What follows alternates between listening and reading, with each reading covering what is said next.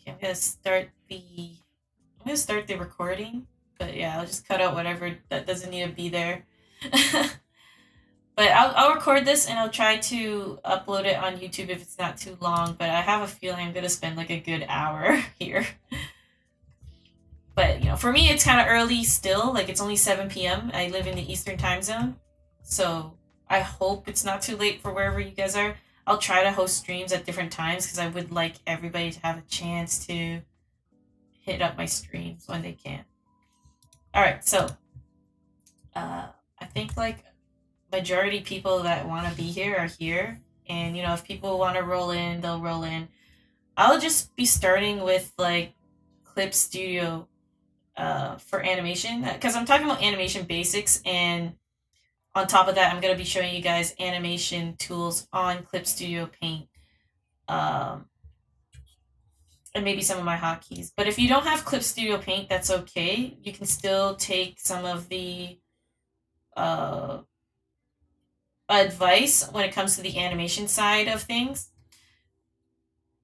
Because, like, honestly, no matter what program you're using, like, as long as you know your fundamentals of animation, you should be fine. Like, uh, February, I'm gonna host a challenge, an animation challenge. I say it's an animation challenge, but it's really just individual drawings that are kept in similar perspective, and you can put it in animation, but it's really to test you guys on like your perspective knowledge, and also not even just test you, but like help you guys practice on keeping things in like the same volume in space. But yeah, let me see. There was a good. I'm gonna search it up. Cube, because it was here. Yeah, it was in the study group.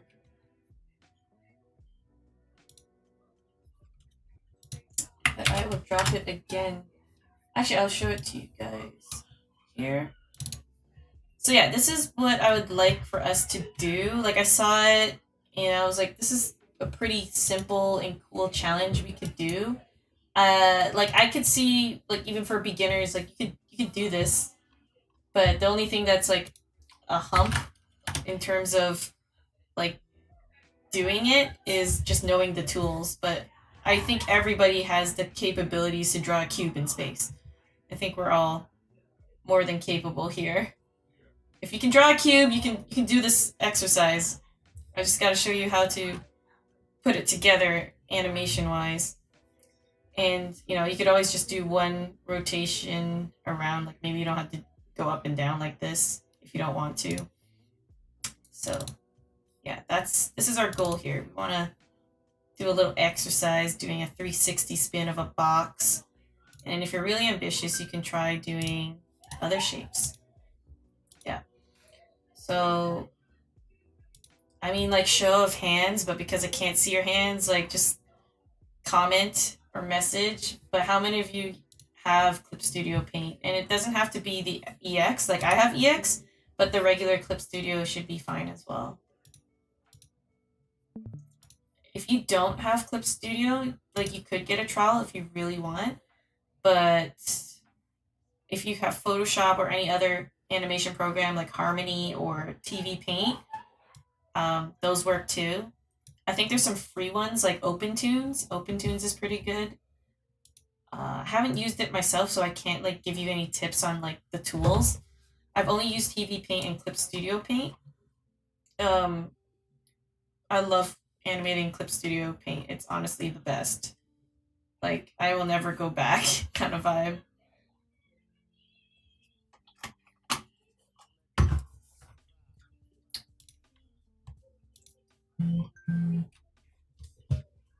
Yeah, CSP gang. Let's go.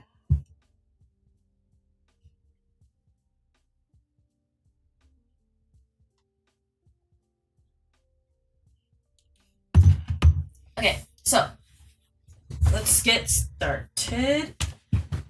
I'll just give you kind of a quick brief rundown of my setup on Clip Studio. You don't have to do this same layout. This is how I lay things out because these are the tools I use. Everybody works differently. I'm not telling you this is the best way. This is just how I like to set up my shit. Yeah, I like to cuss. So I like to put my timeline at the bottom. And because I also do illustration work, the nice thing about having it at the bottom, I can just like click this button. It'll shrink down to like a nothing bar. Like this little bar is honestly nothing. So much real estate once I close it down. But when I'm animating, I have this open. Sometimes it's a little sliver, but it's pretty easy to like just increase or decrease if you need. I think some people, they like have it floating and stuff. Whatever works for you, you know, do it. This is how I do it. Standard stuff on the side. I keep all my like selection of tools on the very edge, similar to Photoshop. I have my brush selections, my tool properties, and even my layers all on one side. So I think most people have their layers on this side. I'll tell you why I don't put it on this side, on the right, because I'm right-handed. So like, I don't want to always go like back and forth and back and forth when I'm drawing. By the way, for those who are wondering, I am using a Huion Canvas 16. So this is a 16-inch pen tablet. Let me see if I can like turn it around. Yeah, so you can see it.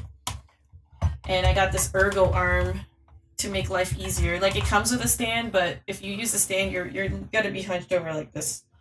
I highly recommend an arm if you can afford it, or build up to getting an arm. I didn't get the arm right away. It took some time.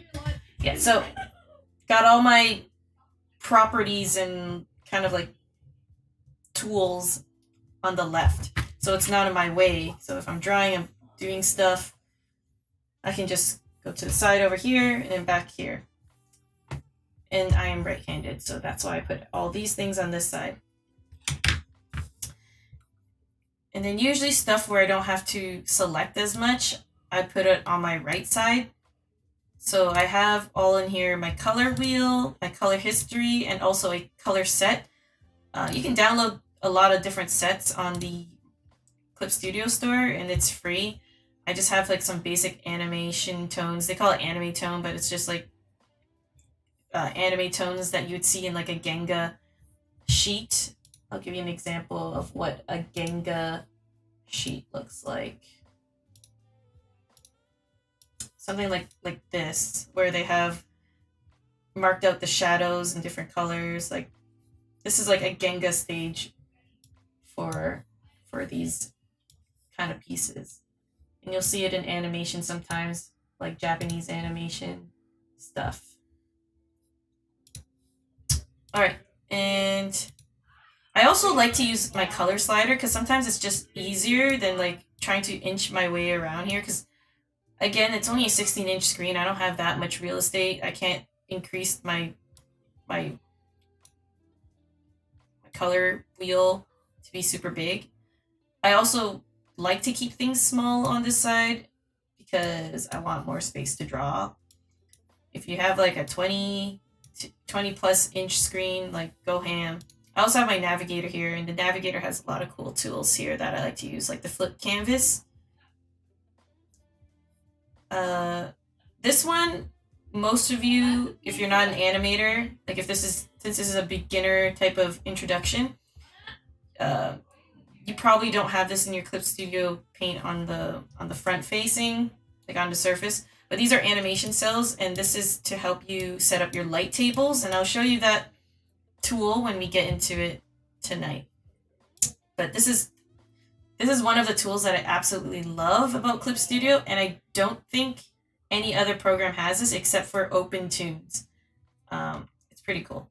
Here I have a little sub view that I open and close sometimes. Like I'll use it if I have a character sheet.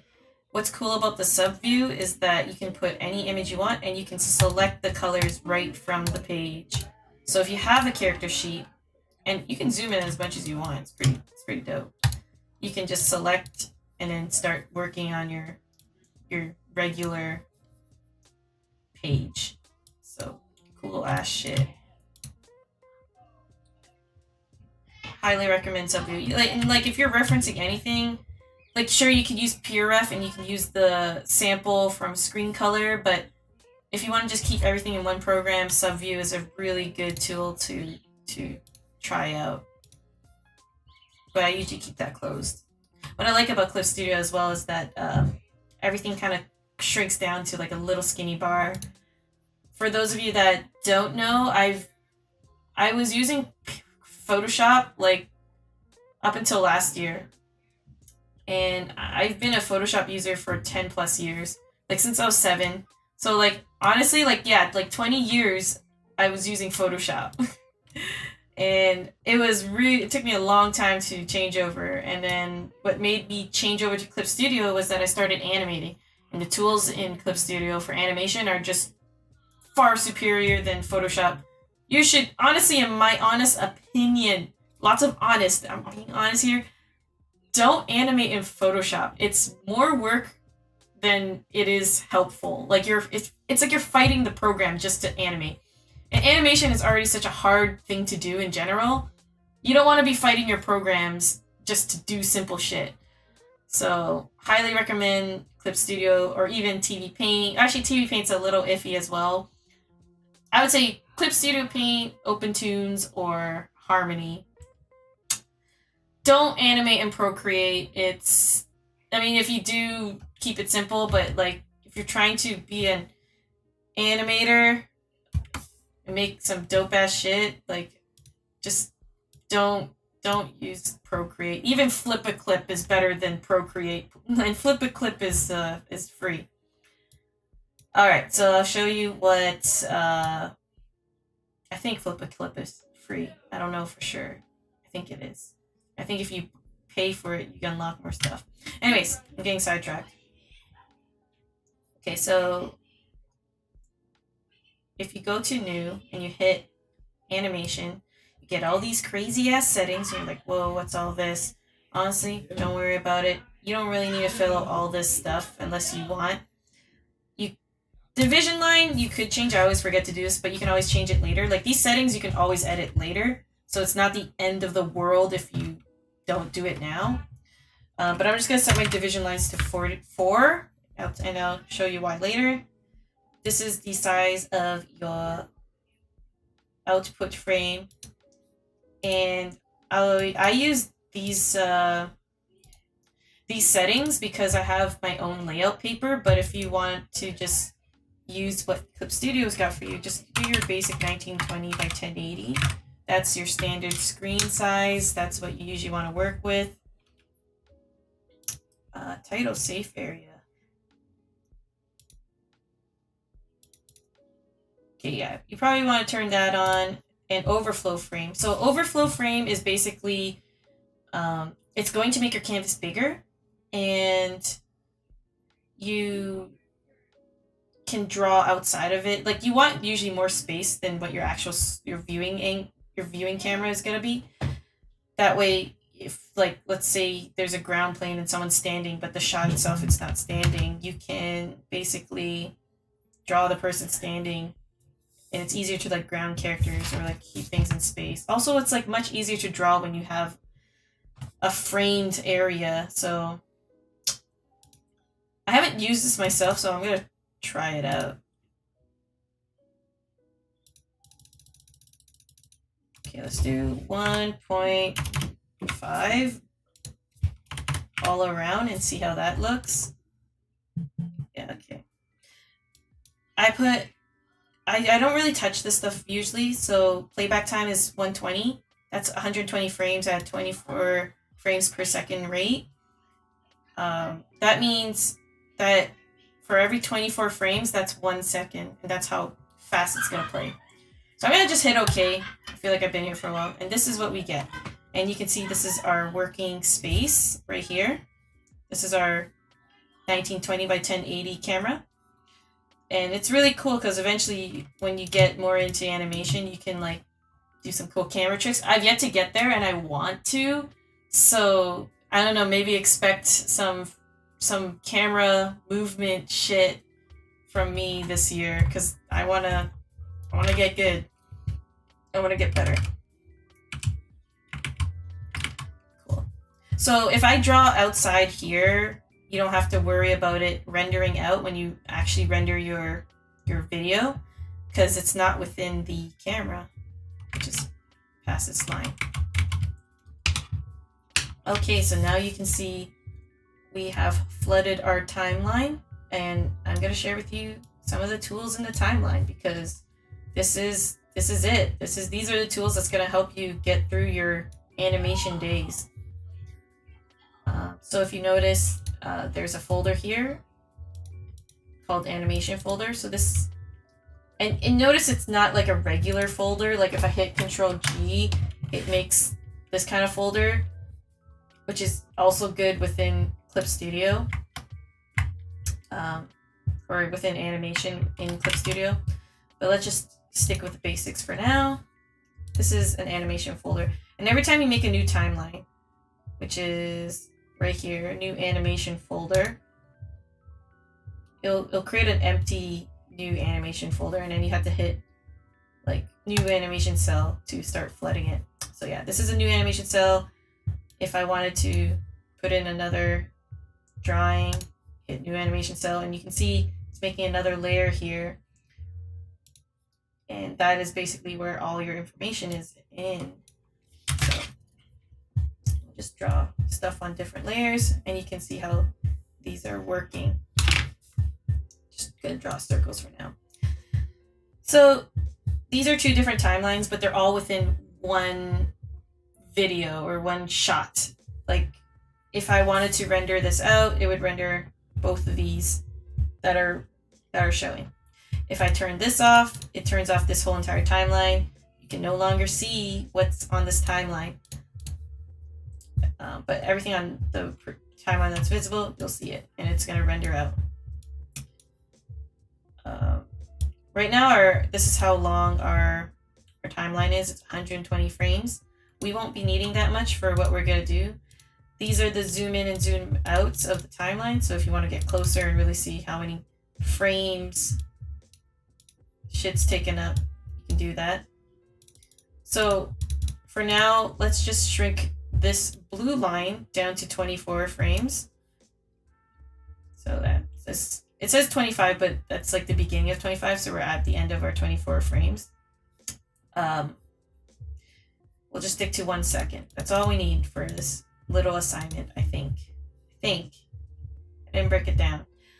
But anyways, you can also grab the ends of these timelines and shrink them down to however long you want them, because otherwise there's all this like extra space. But if your blue marker is at the 24 and you render it out, it's only going to render out to 24. So make sure if you have a longer clip and that your marker is at the right time for when you render this movie or whatever.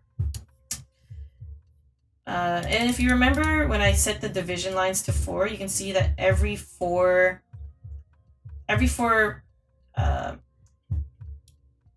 why can't I think of the word right now?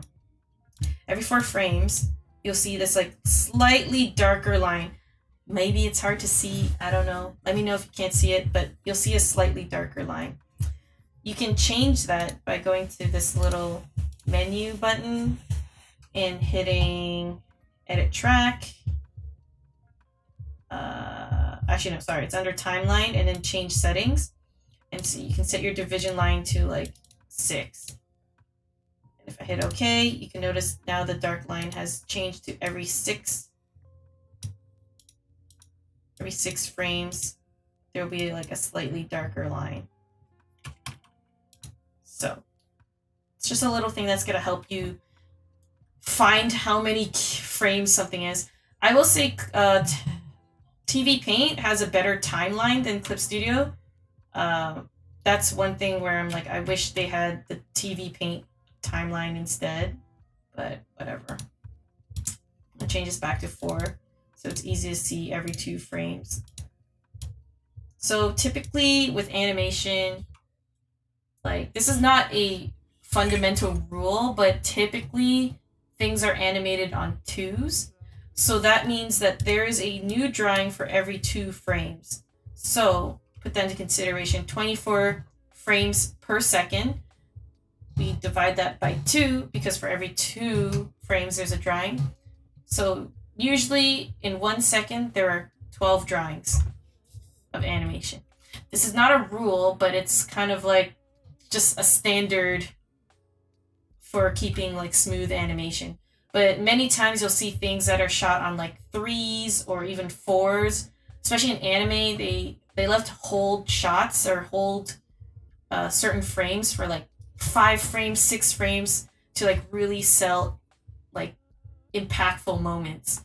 So don't think that you have to always animate on 2s. But if you really want smooth animation, 2s is where you gotta go. Yeah. If you hit backspace on these frames, okay, it's not working. I don't know why. It doesn't want to work for me. Oh, my bad. Gotta enable it. Yeah, if you don't have it visible, you can't edit these. If you hit backspace, it's just gonna clear your canvas, but it won't delete the actual key. If you hit delete though, boom, it's all gone, and then it has this like, it keeps the number here.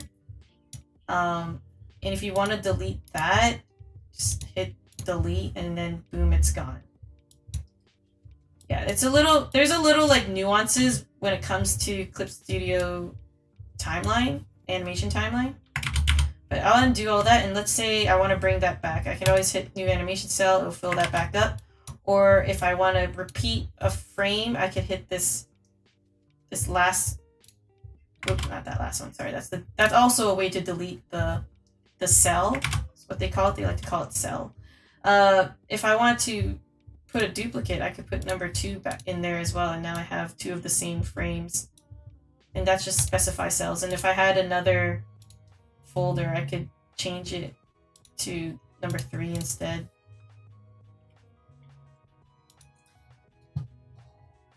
Hello, Kueyayo? Kueyayo? I don't know how to pronounce your name. Hey. Sorry, I'm just like checking out the chats now. Okay, so yeah, hit me up if you have any questions. I can answer them easily. So I'm just gonna do that, bring back the circle, show you some more tools before I get started on animation basics, like how I would set up basically my animation for doing our little mini assignment or mini challenge. For those that are just tuning in now, I'll just reiterate, I'm gonna be showing animation basics of how to approach doing something like this, which is a very simple cube rotation exercise. Looks difficult for those that never animated before, but trust me, it's a lot simpler than it looks. I think. Honestly, I haven't tried it, but I'm telling you, I'm pretty sure it's simple. Like, I've done harder animations than this, so I think I can do it. I think I can guide you guys to nirvana. Alright, so yeah, so I'm just showing you guys the timeline for those who've never done animation in Clip Studio. Alrighty. I should probably save. Control S is your typical saving button. If it's anything different, that's something you gotta check out. So let's call this demo. January demo. Okay, so let's keep it pushing. Another great hot button is enable onion skin. So onion skinning is basically, it's gonna reference the first frame and the previous frame and the frame after it. So I'm just gonna draw another circle here. So if I'm going to number 2 and let's say I'm doing in-betweening. So in-betweening is when you draw like the drawing in between 2 other drawings. Let's say I didn't have the circle and I want this to animate, like I want this ball to go to this ball. So I would turn on my onion skin so it shows both drawings, and I would be like, okay, from this point to this point, all right, this is about the midpoint. I should draw a circle about that big if I want it coming towards my face. So, and then if we just erase that, boom, boom, and let's just switch this down to here so I can replay it. Okay, so you can hit play here. I don't know if this is automatic, but I think I set this hotkey. My Control W is basically the play button. like a playback. And if you don't have this on, if you don't have this button on, it won't loop. It'll just play it So if you want it to loop, which most people do, make sure to keep this button on. It's the loop play. And boom, we got a circle coming right at us. But yeah, that is not the assignment. I'm just showing you guys some playback buttons and so forth. Okay, so. I'm going to show you guys a few more hotkeys that I set up for myself. And if you're interested in getting my hotkeys, like, just let me know. I can drop it in the Discord. If you're on my Twitch, please join my server if you want to get these awesome perks. All right. Let me go to my keyboard shortcuts. Shortcut settings. Okay, so I set new animation cell. So like when you want to create a new like key or frame or whatever you want to call it, in CS Paint they call it cell. I put it as a semicolon, but I honestly barely use it. I usually just push the new cell button. It's if I'm making a lot of new frames, like filling it in, then I'll use it. But other than that, I don't really use it. Okay, these are the most important buttons. Select previous cell and select next cell. And you want to, I set mine to A and F. So what that's going to do is help you flip between one frame to the next. So if I go A, it goes back. If you hit F, it goes forward. And this is going to be your most used buttons when it comes to animating. This is pivotal. You have to have this. Like if you don't have this, your life is going to be hell. Okay. So let me just show you guys again. It's select previous cell and select next cell. Because there's like some other buttons that sound similar, like set as first display, whatever, switch keyframes. I don't know. There's a lot of buttons here that it's like, I don't even know what they do. It took me a while to find this myself. Like I knew this is what I wanted to do, was just have a button to flip back and forth. Because in TV Paint they had that, and mine was A and F. And then play stop, I made that Control W. Don't ask how I came to that. That's just what I chose. You can have a button for enable onion skin, but because I have a pen tablet, or a screen tablet, sorry, I really just push the buttons on the screen. It's much faster than using the keyboard for those small things. Honestly, those are the most important buttons when it comes to animation. I also have sizing up and sizing down your brush as the S and D, the letter S plus the letter D. So as you can see on my screen, if I hit D, it makes my brush incrementally bigger. And if I hit S, it makes it incrementally smaller. So already, if you are using a keyboard, you can see that I use my A and F to toggle between frames. And then I use my S and D to toggle between my brush sizes.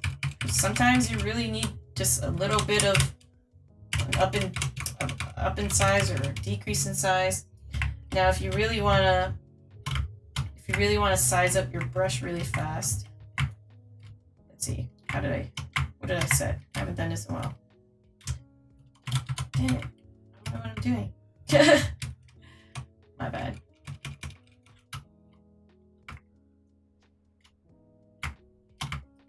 Okay. Why can't I do this right now? I'm like struggling right now. Don't judge me. Anyways, it's not important. It's actually, I think something got messed up. Oh well, it was just another hotkey that I wanted to share, but it's whatever.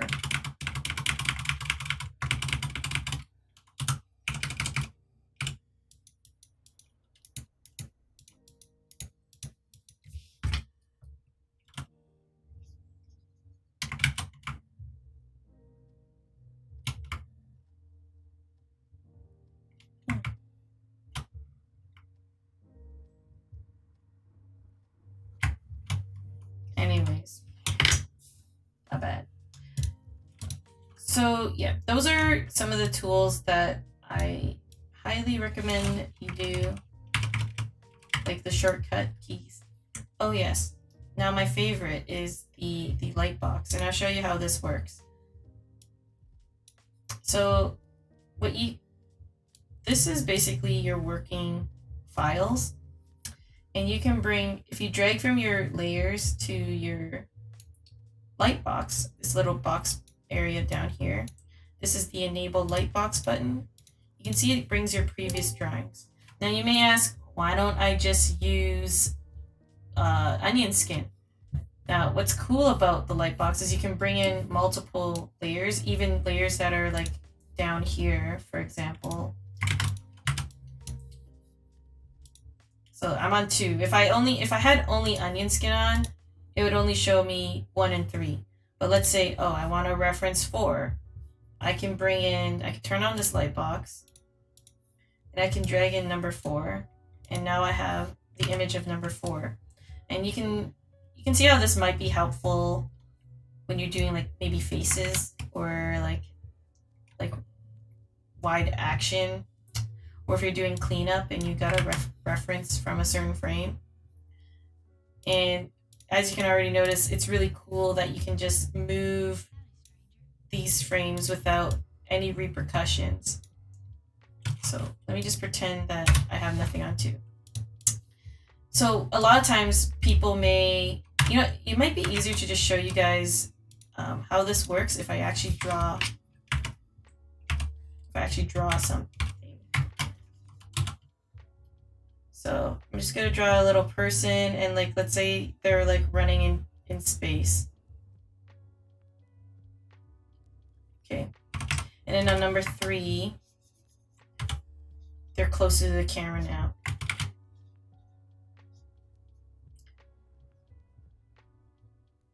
And they're rotating their leg.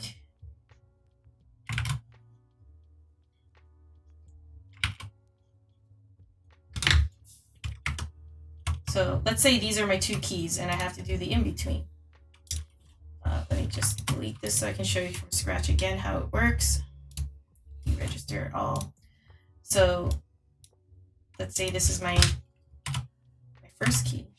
This is A1. This is A2. And now I'm trying to figure out what does the drawing in between look like. Because imagine like if this wasn't here.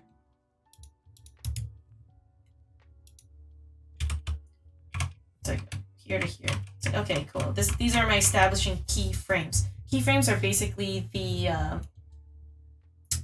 the main frames that basically tell us what's going on in this initial shot.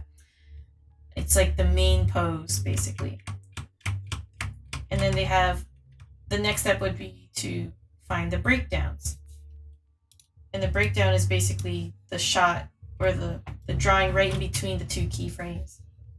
So I'm gonna bring back number 2. Oops.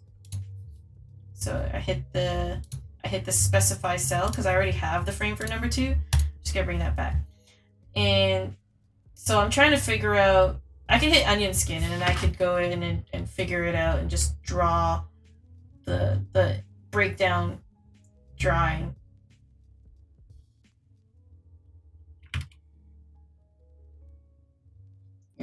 I could do that.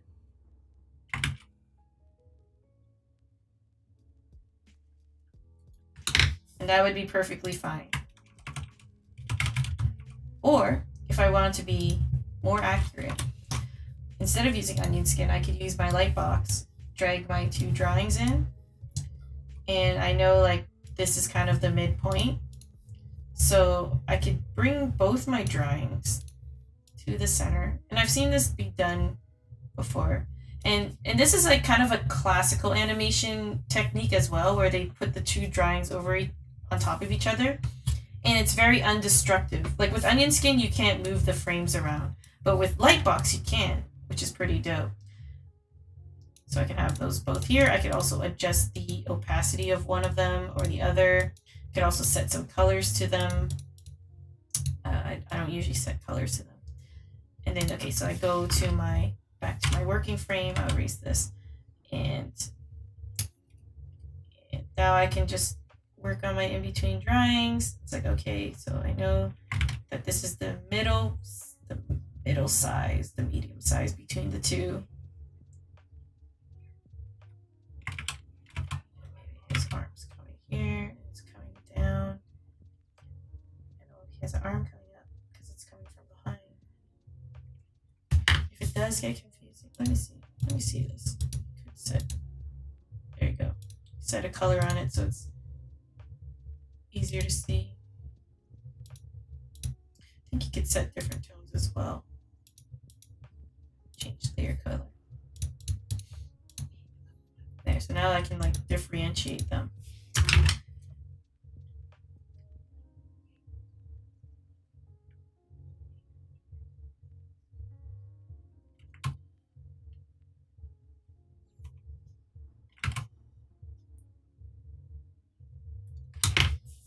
Yes, I could turn it off, but if you turn it back on, it'll still be there.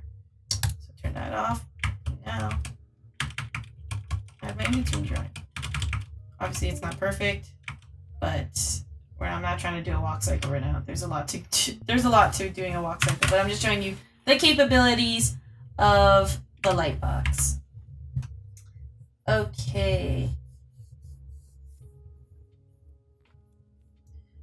Oh, how did I change the onion skin colors? So with onion skin, like the regular onion skin, you can just go to your settings. I think it's under timeline.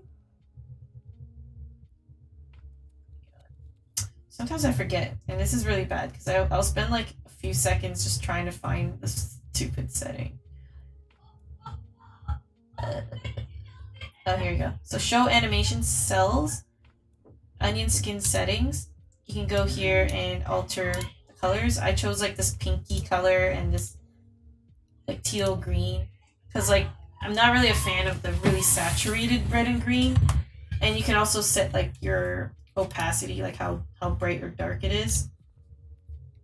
You can also see multiple cells if you want, but I usually just keep it to one because that's all I really need when I use my onion skin. Now if it's from the light table, you just click into here, set it to either half color, and then you can change layer color. You can change it to whatever you want, like so, or change it to monochrome. Stuff like that.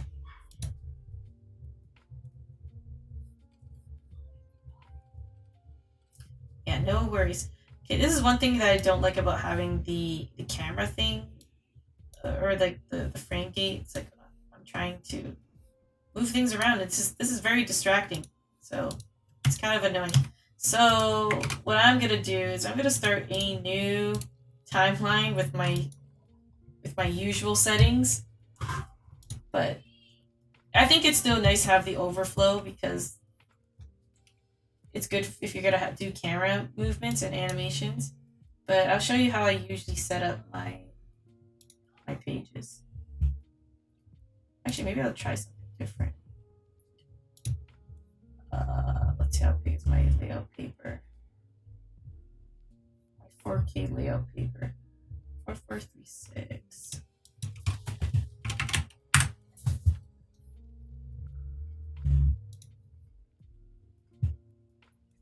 3412. And I'll give you guys my layout paper if you want.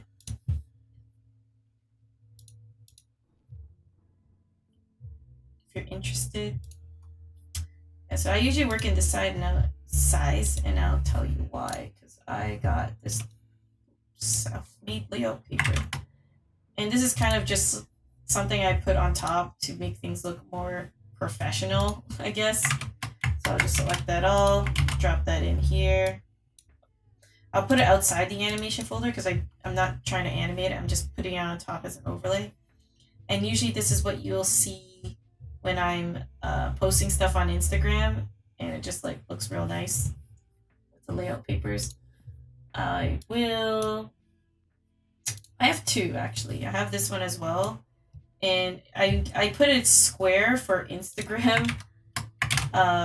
Basically like Instagram sizes. And I also wrote like how big they actually are down here. And this is my version 2. It's a little more profesh with the sizing down here. And you can reduce it. So like this is 21 by 60, but you could, it's basically double of the 1080. I work double the size because resolution, it's better to have more than less. So I like to work double in size. But I'm just gonna use this one for now.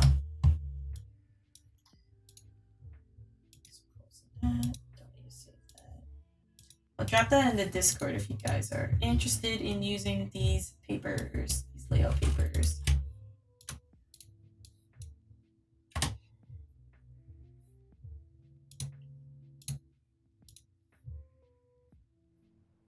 Yeah. Actually, you know, maybe I'll keep sticking to this. Because then, you guys, if you don't want to use the layout paper, you can just work with the standard stuff. Okay, so I think that's pretty much it for animation tools in Clip Studio. Oh shit, can you like not hear anything? Are any of you having like sound issues on the server? I should have asked first. Okay, so not on your end, Hikaru. All good for Bunny Hunter. Alright, so it's just you guys. It's not me, it's you guys. That's all that matters. By the way, you can also rename these folders. Hello. You can also have folders within the timeline. So if I control G and I had like multiple things in here, because like let's say I want to add a color or whatever, but I don't want it to be all there. So this one whole folder is in this animation cell right here. And if you make a new cell, like this, it'll actually duplicate what you had previously in your previous folder. So pretty cool thing to keep in mind when working on it, like with your animation pipeline.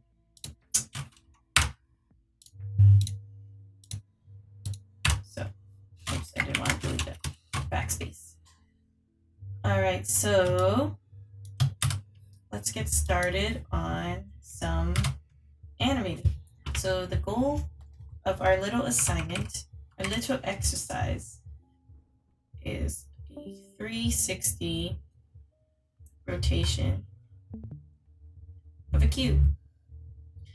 And the point of this is to really test your volume consistency. Like you wanna, if you can like animate something or keep a consistent size for like a cube or any forms in space while it's moving, like you're in a good place, like with your skill set. I'm gonna drink some water.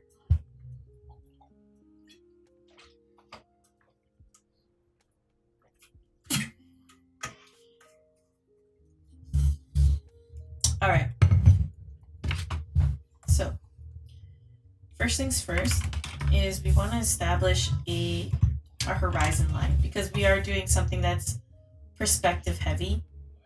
It's actually not very animation heavy, but I'll show you the steps it takes to get a rotating cube. I'm actually going to make a new layer. You can make it a raster or vector, doesn't matter. And I'm just going to draw my horizon line here because in that way, when I make new cells, it's not going to just disappear. I want this to be my guide for when I am drawing.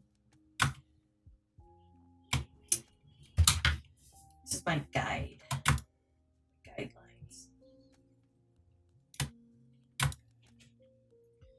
So if we look back at the assignment, this is we're looking at the cube from a bird's eye view because we see the top of the cube.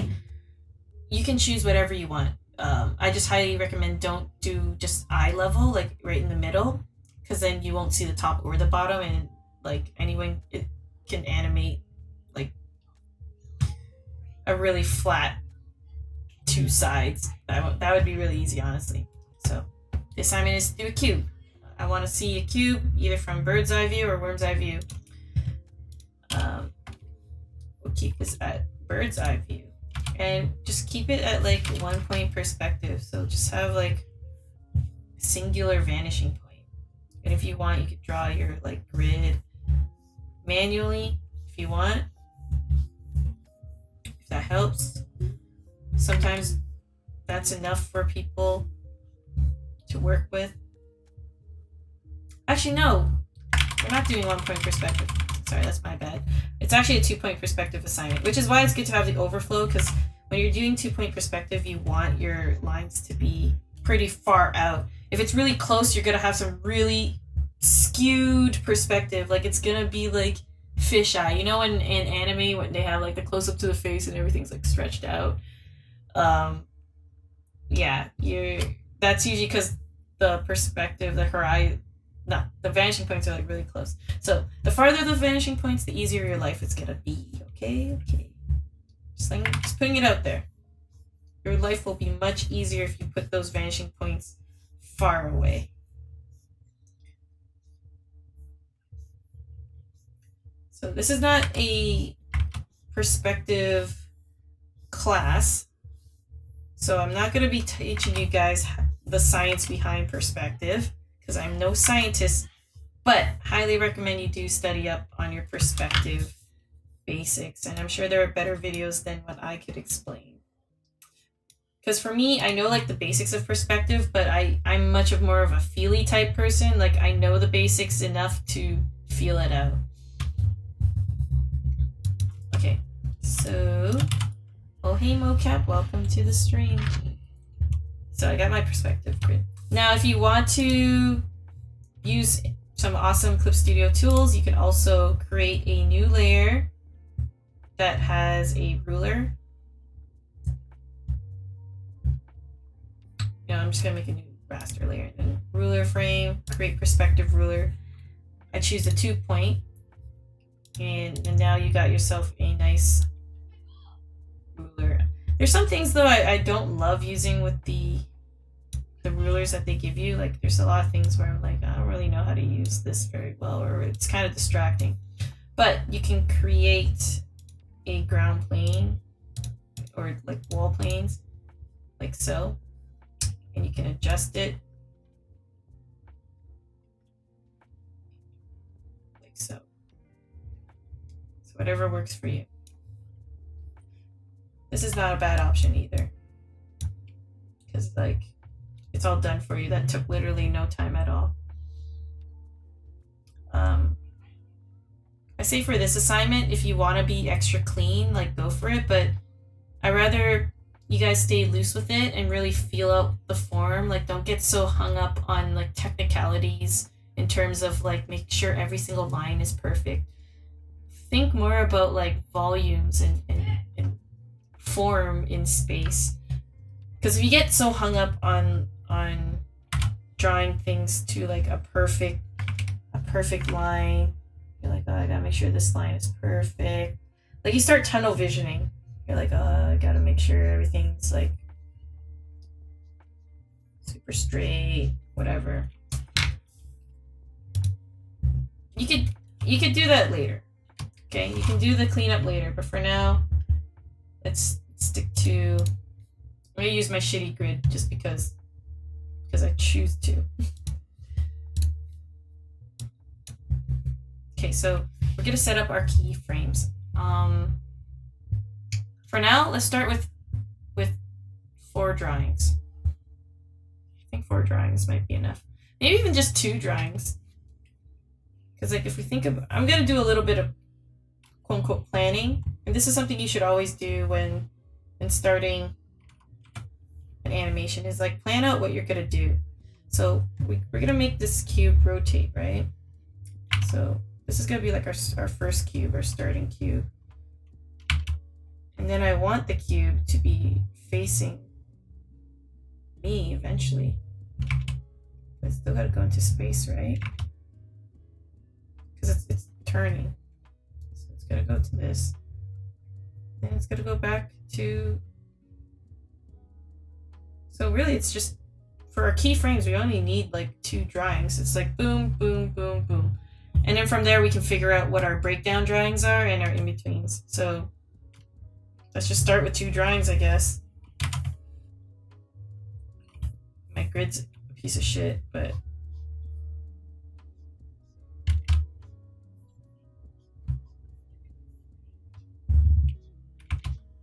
yeah, honestly, I recommend you guys actually use the Clip Studio grid. For me, I just want to see... I just want things to look kind of organic. I don't really want them to look too constructed. So, like, fuck it, I'm just gonna draw a cube in space.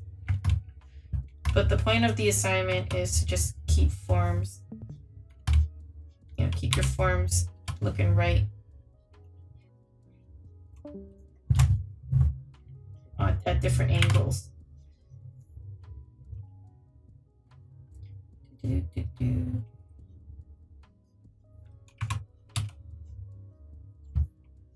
My cube.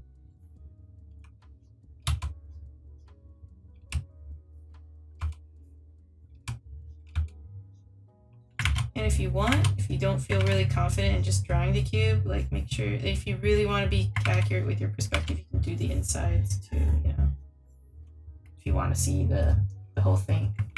All right, have a good night, Phosphine. Thanks for dropping by.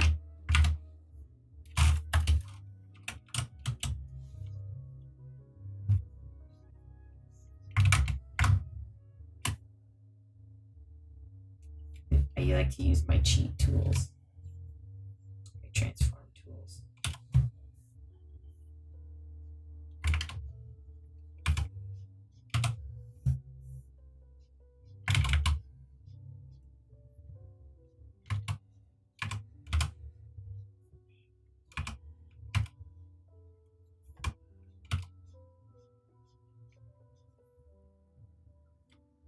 Yeah, I think I liked it better when this showed more.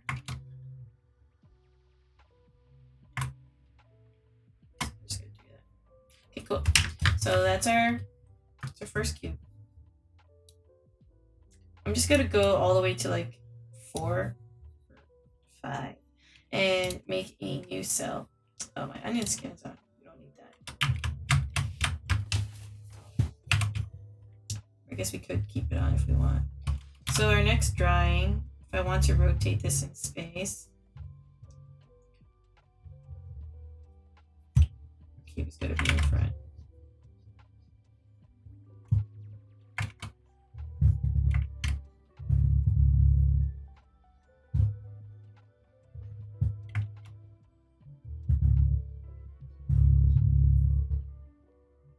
This is also my first time doing this kind of exercise, so bear with me. Hold on. You gotta bear with me. I'm gonna actually watch this and see what they did. Have your references up. I highly recommend it.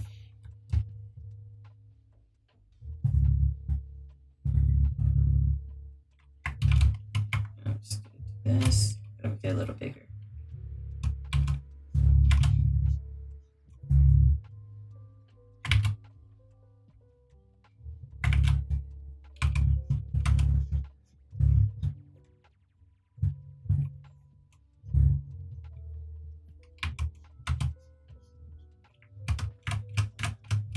So this is where I'm using A and F to toggle back and forth, so I can see like how things are moving from one frame to another.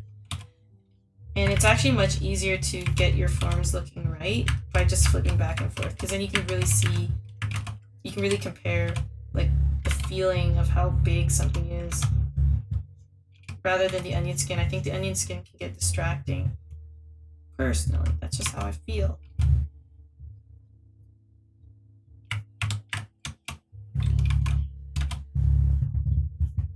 I'm like, why is this not straight? It's because this line's not straight.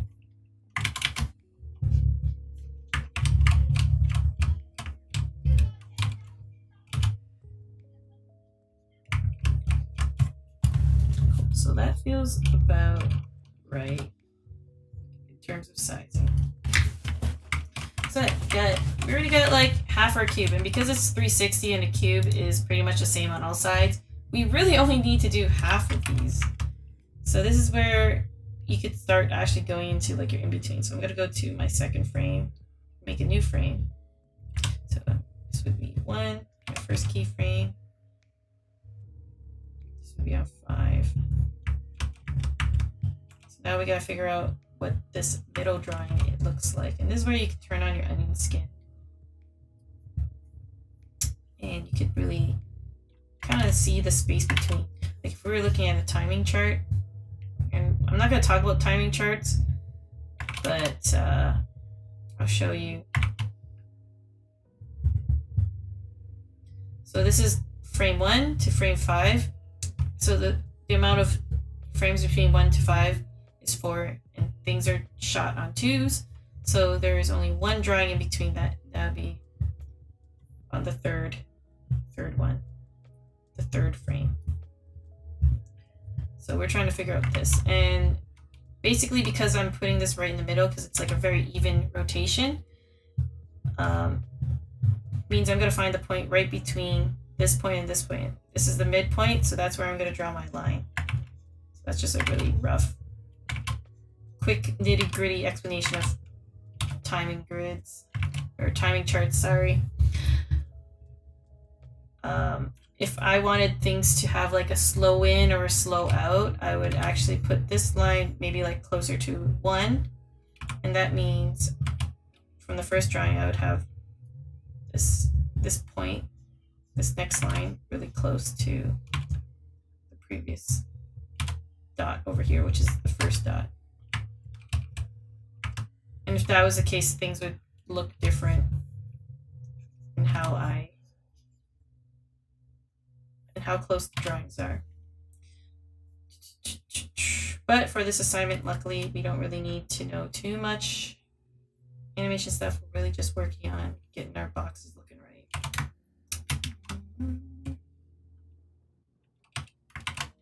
Just gonna alter this box a little bit. Okay.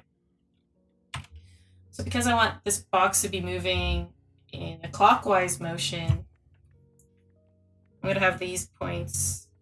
I'm going to have this edge. No, sorry. This is the first drawing. This edge going in this direction. So find the in-between point between these two.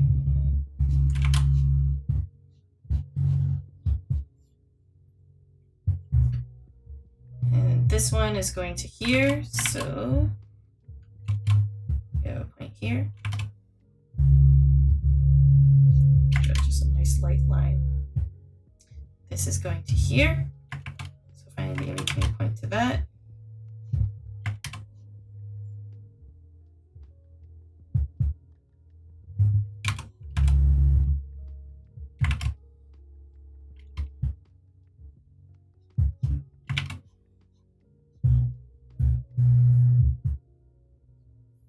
This one here, so we got a line.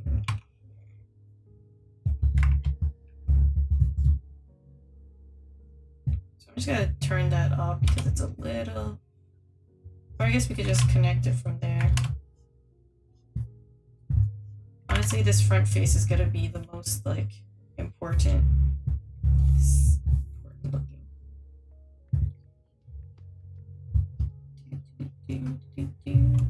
I hope this works. If it doesn't, I'm gonna look real stupid.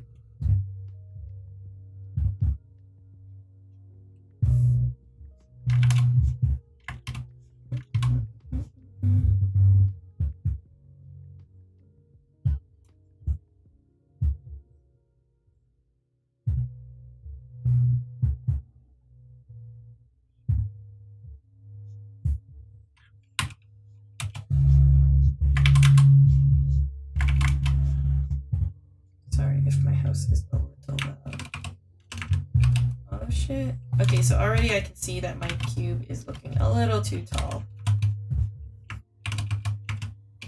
Yeah, that line is way too high. This is why sometimes I don't like onion skinning, because like really can't see how things are moving. And that's why I like to flip more. So it's not perfect, but it's okay. We can fix that. We can alter things. Redraw. One thing I'm going to tell you now is don't fall in love with any drawings that you do. You're gonna have to get comfortable with just deleting drawings if it's not working out.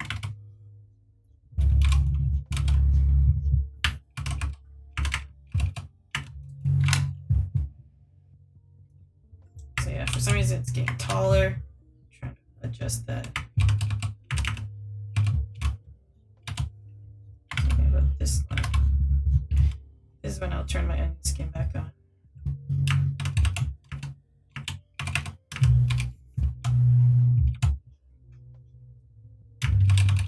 Honestly, not too bad for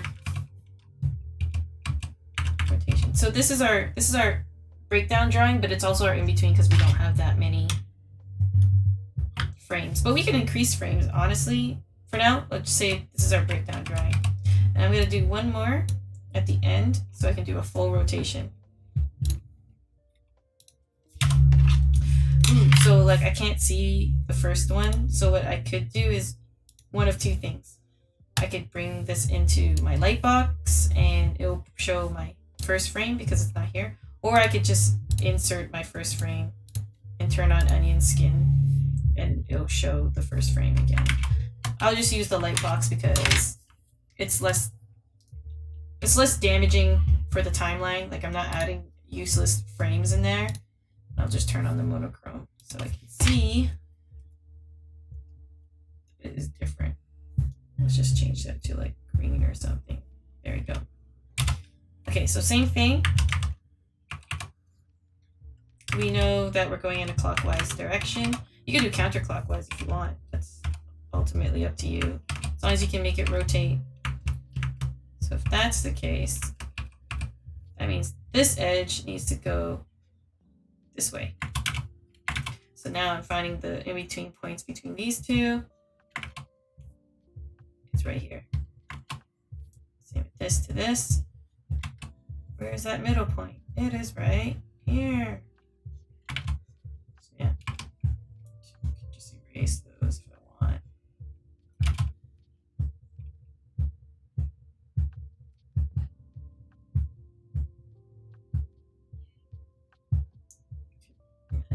And again, if you need to draw the inside, like a wireframe of the cube, because it makes life easier, by all means do it.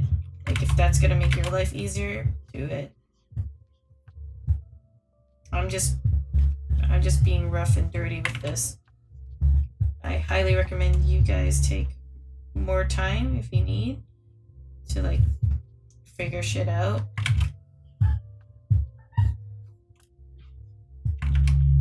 Because like clearly there are probably better ways to be doing this than how I'm doing it. I know I'm supposed to be showing you guys the best way to be doing this, but that's the thing with animation. It's like I can give you the basic tools, but ultimately like you just gotta do it to figure out like what works for you and how you want to approach things. Like I honestly don't really love the onion skinning.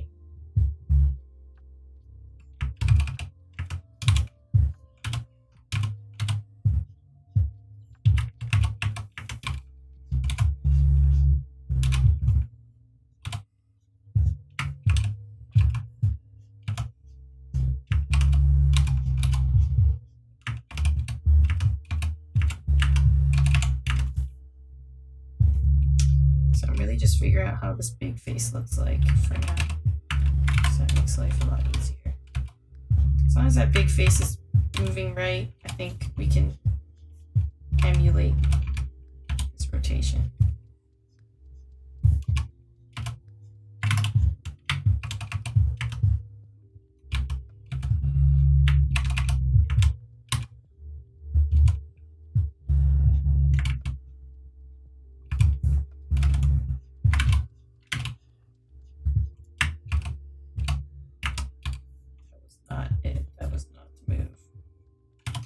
I should really just be using my vanishing points, but to be real, I didn't use them from the beginning, so my perspective is all effed. Don't do this at home.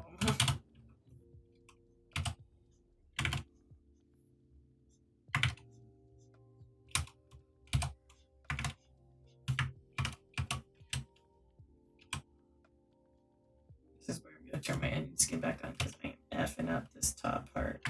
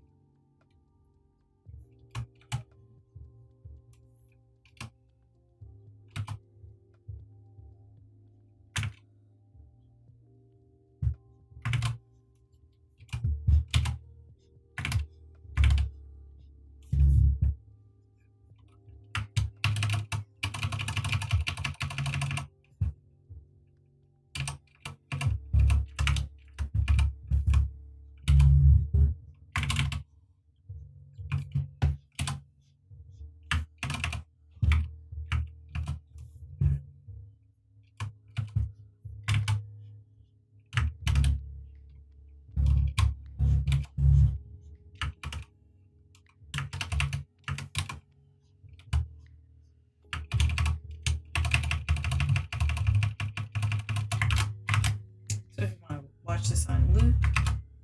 Whoa! So this is going really fast. This is just 4 frames, and already we kind of got this simulated cube rotation. Now, if we want to slow this down, we can just add more time to these drawings. I'm going to put them on 4s.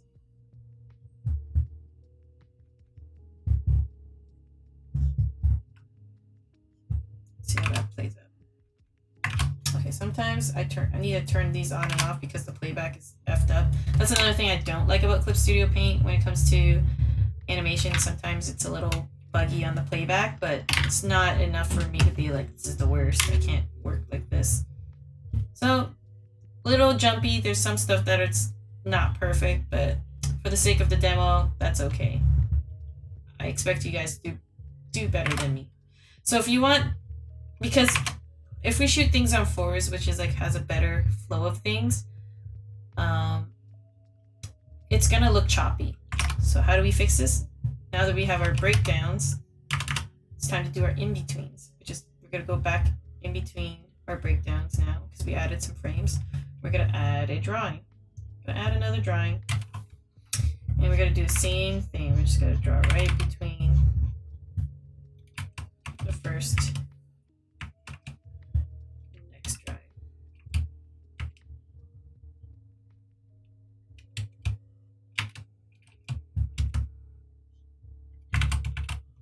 And this is gonna smooth out our animation, so that's not so choppy.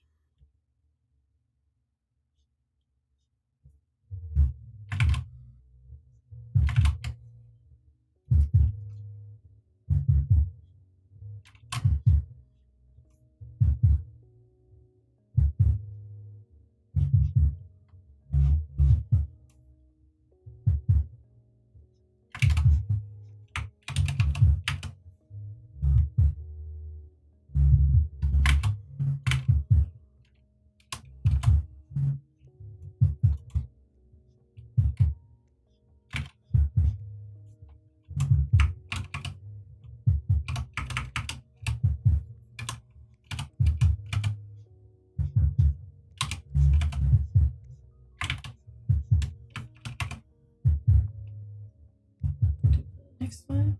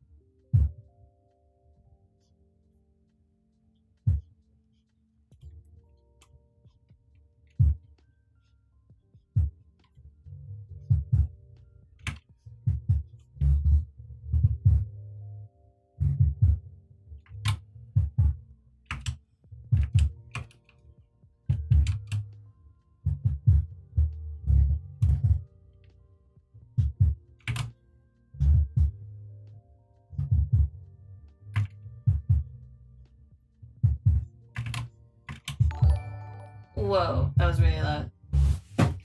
Thanks, Egg, for the follow. Welcome to the stream. Just doing a little box rotation animation. It's really rough around the edges, but it's fine for a rough, I guess, for a little demo. I expect better from the rest of you. Don't be like me. Be better than me.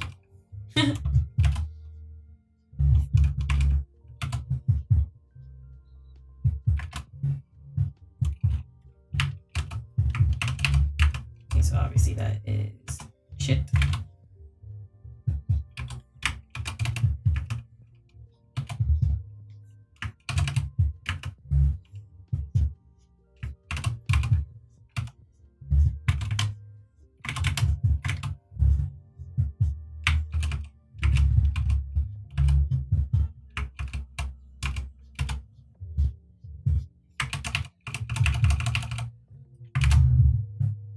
Alrighty, it's coming along.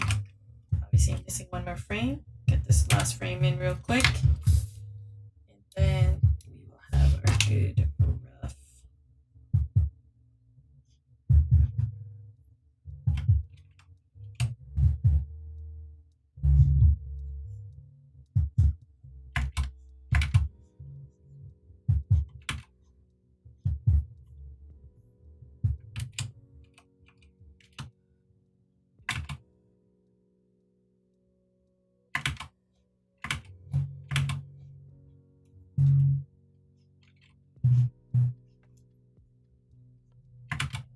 I think what's nice about this assignment is that you're really gonna understand like how things move in space because you're physically seeing it, you know, like how a 2D image can be moving in space or have this illusion that it's moving in space.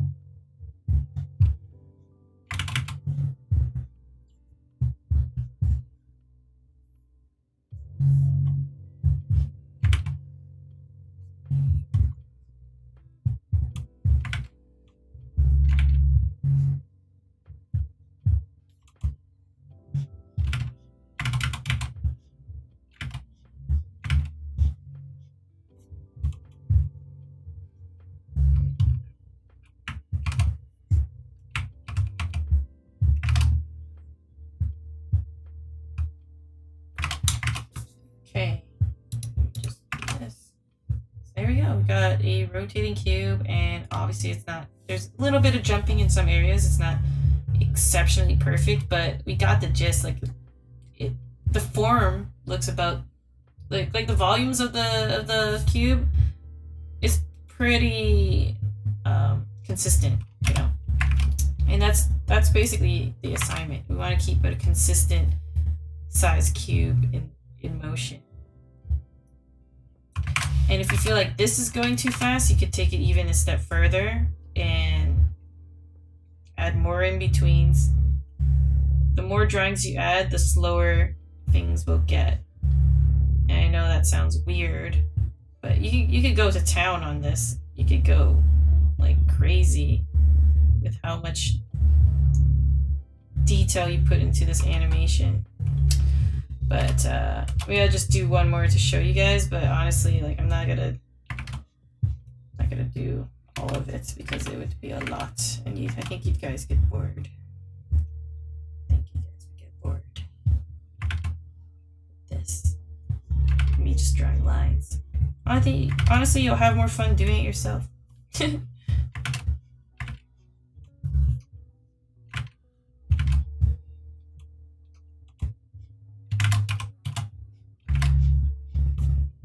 always add more in between.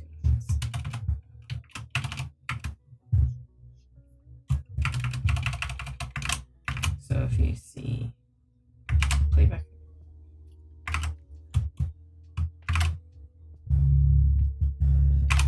I'll add a few more so you guys can get an idea of how, like, more drawings. I'll be quick about it so that I'm not wasting any time.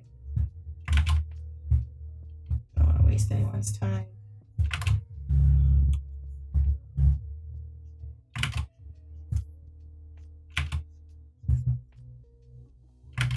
And honestly, I don't expect anyone to be like working as fast as me because obviously like I've been doing this a little longer. So take your time, like really think about what you're learning and getting out of doing something like this. And like make these cubes beautiful, make them juicy. Do like if you want to really challenge yourself, do like a rounded cube. You know what I mean? Like something, you know, a little less geometric, a little more organic. But I'm really excited to see like everybody's cubes. And if everyone uses my layout paper, I could like make a nice little like compilation animation. I'll like put everyone's cubes together. That'd be dope.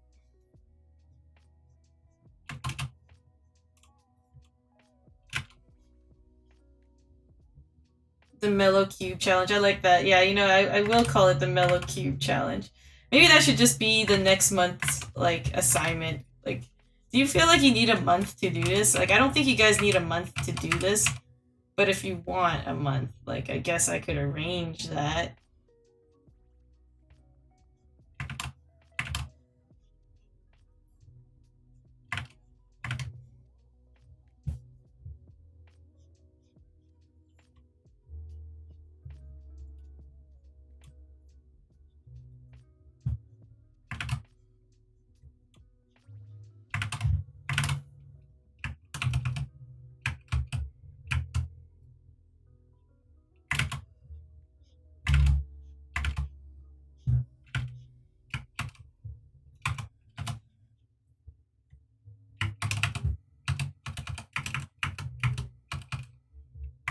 Now you can see things really slow down compared to when I don't have the in-betweens or more drawings.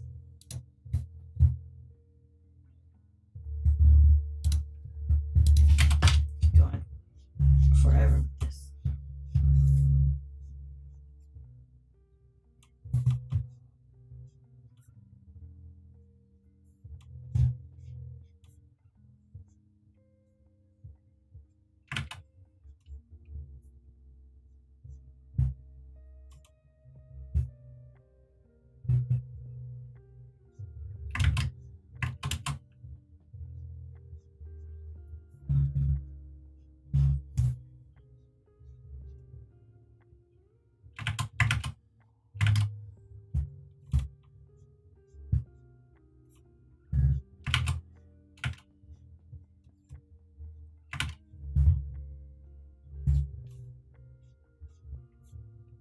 It's ugly, but it's okay. It's okay. Stay loose as possible for as long as possible. That is something my teacher would always say. It's kind of like a mantra. You don't want to get bogged down by details. Notice how like I didn't get too hung up on like every line or every detail. Like right now I'm more focused on like the volumes, making sure things feel consistent, more or less.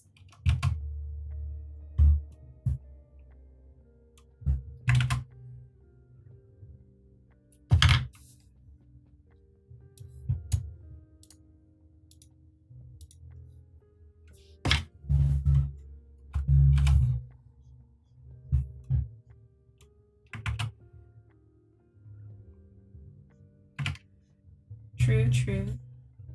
Maybe like, okay, maybe I'll do like, I'll give you guys like 3 weeks, and then because I want everyone to hand in things, so I have a week to put it all together, and I'll put like some background music on it or something, like make it look all dope and stuff. And I'll give everybody the layout paper so that you can use the mellow layout paper. But maybe I'll adjust it and say like the mellow community for the layout paper. Okay, so my in-betweens are really rough and around the edges, but let's see how that plays out. Da-da-da-da. Da-na-na-na. Obviously, it's not perfect, but it's moving. What are some of my tips for staying on model? Are we talking about like a character, or like even like just having your own drawings, like staying consistent?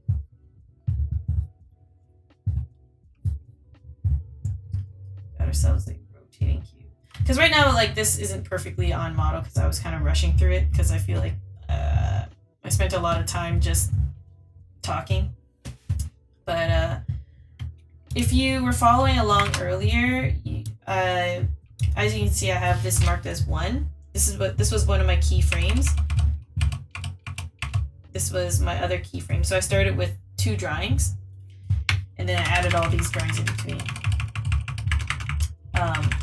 I recommend, if you want to stay on model with your drawings, some people, they like to animate straight ahead. So straight ahead animation is a style of animation where you literally just draw next frame, and that's how you get your movements. I'm more of a fan of keyframing animation, where you set your 2 points. So like your character starts here and then it ends over here, and then you would do these 2 drawings, and then you would introduce a new frame and figure out the drawing between these 2.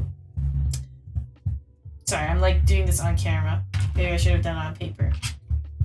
But anyways, yeah, basically finding the in-between drawing, or the breakdown drawing between the 2 keyframes you've drawn. And that is typically, oh, thanks for the follow, Anna Tani.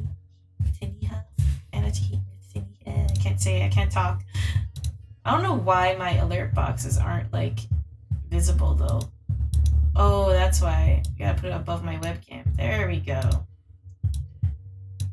Okay, anyways. Yeah, so staying on model. I find that when you do keyframe animation, it's much easier to keep your shapes consistent rather than straight ahead animating. Also, your timing is a lot smoother. Like, as you can see, like my cube is rotating at a consistent pace rather than like going fast and then slow and then fast and slow. It's pretty consistent. So getting the cube to rotate at this speed, I have, let's see, 1, 2, 3, 4, 6. Yeah, I have like 16 drawings, which makes sense. That's how long it took me to do my rotation. I'm going to give you guys a sneak preview of my next NFT. I mean, it is an NFT, but I know that's very like controversial right now. Whatever, I don't give a flying rat's butt. But regardless, I'm going to show you a little sneak preview because you guys are here. And for those of you that join my streams, you get the perks of seeing sneak preview stuff. So I did this... This was actually a really highly technical animation I did, and it was a lot of work.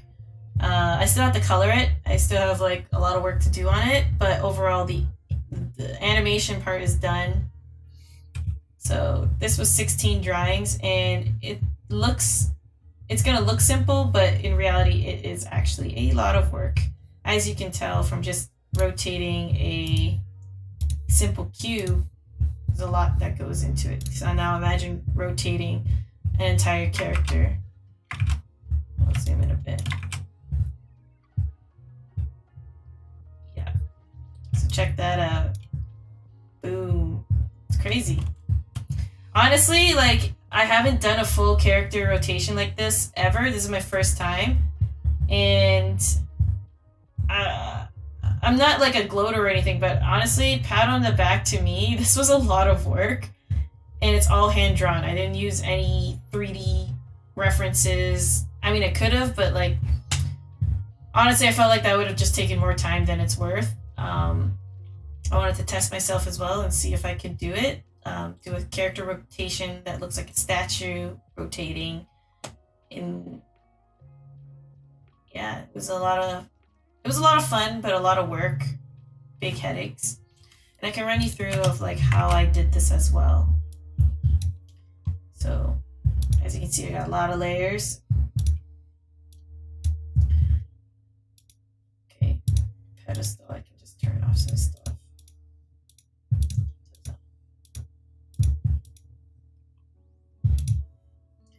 So, I'll show you guys the roughs. So this was my first rough. This is my first iteration roughs. Move the pedestal at the bottom.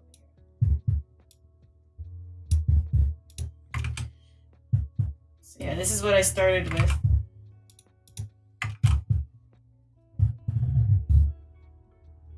Okay, I don't know why it stops there though. Let me see this for a second.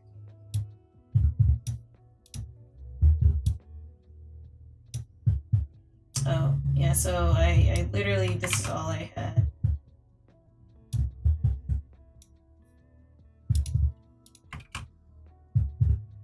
So this is what I started with. This is another thing that helps you stay on model, is just stay loose, work with your big shapes. And the first thing I focus on is setting up the motion and making sure everything is moving on the right track. So like I'm making sure the hand is moving in space, like equally within space. If you see, if I'm moving my hand, if you're watching the stream, like you kind of have to imagine or visualize like depth within the paper, like perspective.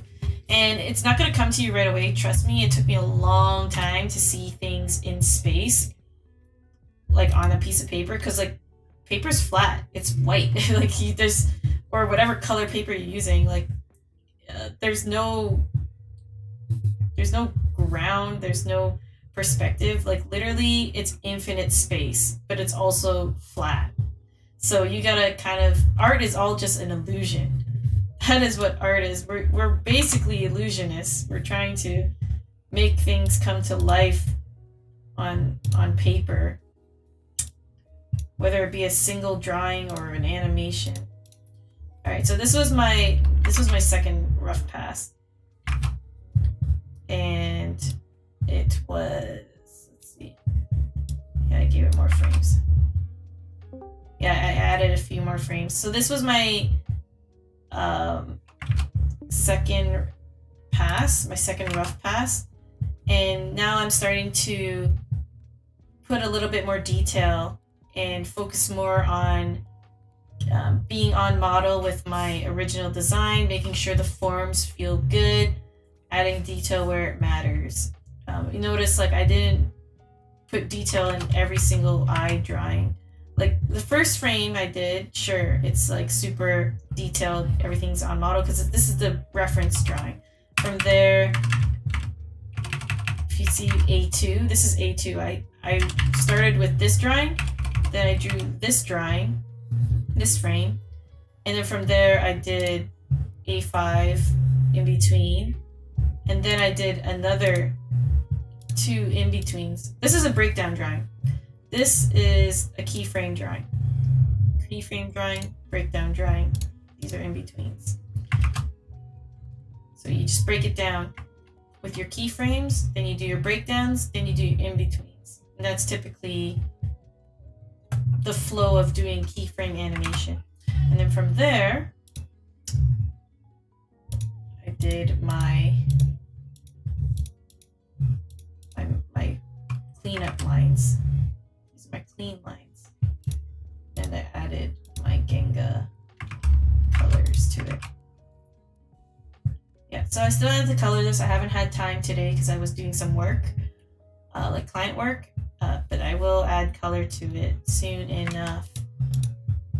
See, I already got the master flats done and everything. But yeah, that's a little sneak preview of what I've been working on this past month. Every month I'm going to try to pump out a new animation. I think monthly makes sense. Like, yeah, I feel like for a really short, like, small thing, you don't need more than a month. So yeah, this is going to be February's challenge. It's going to be our study group challenge. You can see I had a little bit of planning here at the top. Yeah, I can run this through again without the like whole introductory to animating on Clip Studio and give like a refresher little demo on another day at a different time, probably an earlier time for some of you, because some people it's like 2 a.m., 4 a.m. So I can definitely do a quick little thing again. Yeah, that's about it. I think that's everything. Do you guys have any more questions? Like, better ask them now while I'm here.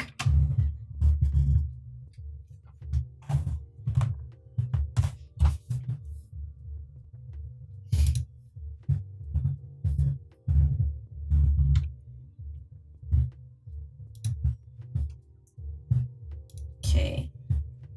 So no questions. Alrighty. I'll also like pass this file to you guys if you're interested. If you have Clip Studio, then you can like open it up, check it out. Obviously this cube is a piece of shit, so don't even think about tracing it. I'll know it's a piece of shit cube. You can do better. Like, sure, the forms are more or less there. It's not changing too much in size. Like, I see a little bit of jumping, and that's because I wasn't being very careful with my drawings, and it's a demo. I was doing it quickly. You can do better.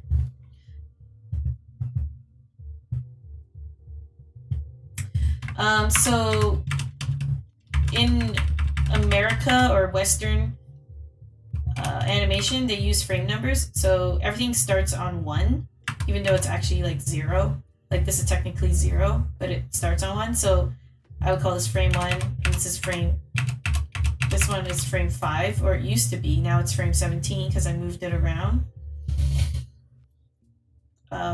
But it's basically just to indicate like your drawing. Let me close this all down. So if you can see, I labeled this A1. So that was my first drawing. A2 was actually my second drawing, but notice that it's not the second drawing on the timeline. It's the second drawing that I did when creating this animation. And then from there, I did my third drawing, which was the back shot, then my fourth drawing, which is the next side shot. And then from there, my fifth drawing was actually the breakdown between 1 and 2. And then my fifth drawing was this breakdown. And then from there, I do my in-betweens, which is 9 and 10. So those are what the numbers are just there to help me keep track of like which one was the first like keyframe and the second keyframe. Sometimes usually for stuff like this, like it would have been better to go to the actual file.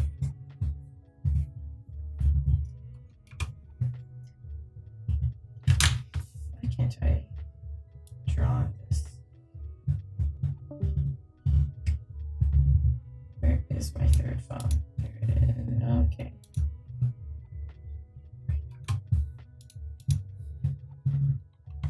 Oh, I've been clicking the wrong thing. Okay, hold on. Yeah, usually it would have been better to just do like A5 and then do it under underline, that usually indicates that this is a breakdown drawing. And then A9 would just be like A9 and A10. And that's when you know this is just a regular in between. And then when it's circled, that's a keyframe. Everyone has their own like ways of indicating what is what, but it's just to help you and remember that this is a keyframe.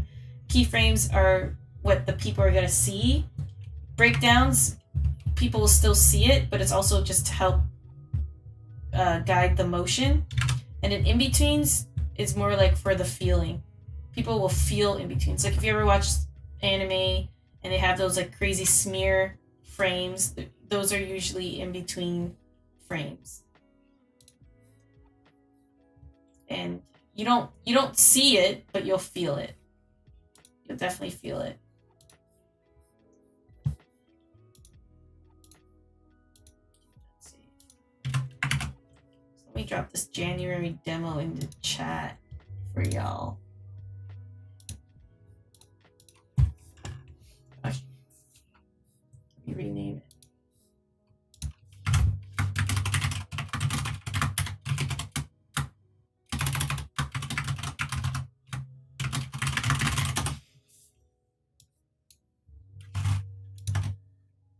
Yeah, no worries.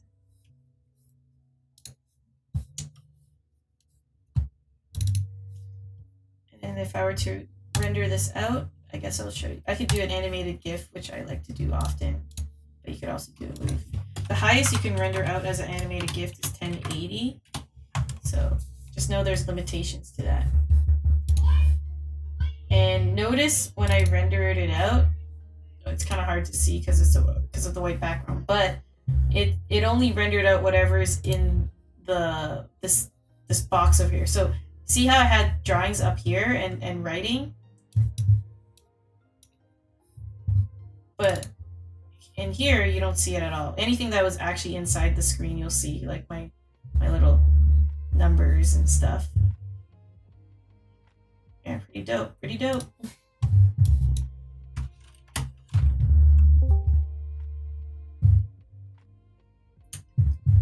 Yeah. Anyways, I'm gonna probably end it here. I think that's pretty much everything in a nutshell. Like, nice little short demo. It was about an hour and a half long. I'll see about uploading this on YouTube.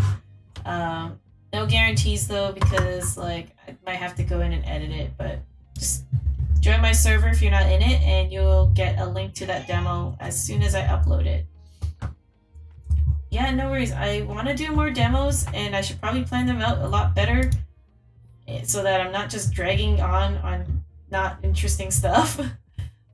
I was gonna write it down, but then like I got busy and I was like, shit, I got nothing written down. I guess I'm gonna wing it. Like I know in my head like what I want to tell you guys, like the process of just doing a simple animation like this cube. It's simple, but it's hard. Okay, I'm not gonna sugarcoat it. Animation. Like this is technically animation, but you're not really. It's more of a perspective exercise than an animation exercise. So just know that all of you, I know where you guys are at in terms of your skills. And if I'm telling you, if you can draw a cube in general, you can do this assignment. Like you're all capable of doing it. The question about doing it well, that's a different story. That's gonna take practice, obviously, but you guys can do it. I believe in you guys. You got the skills to do it. You just gotta do it and just practice and take your time. Don't rush it. I'll give you guys 3 weeks to do it, and then I'll compile it all together, and we can see everybody's cube animations. It'll be fun. I think it'll be really cute. Okay, so thanks for joining the stream. I hope you guys have a great weekend. For us, it's going to be Chinese New Year next week on February 1st. So I'm spending this whole weekend just cleaning and prepping for the big celebration.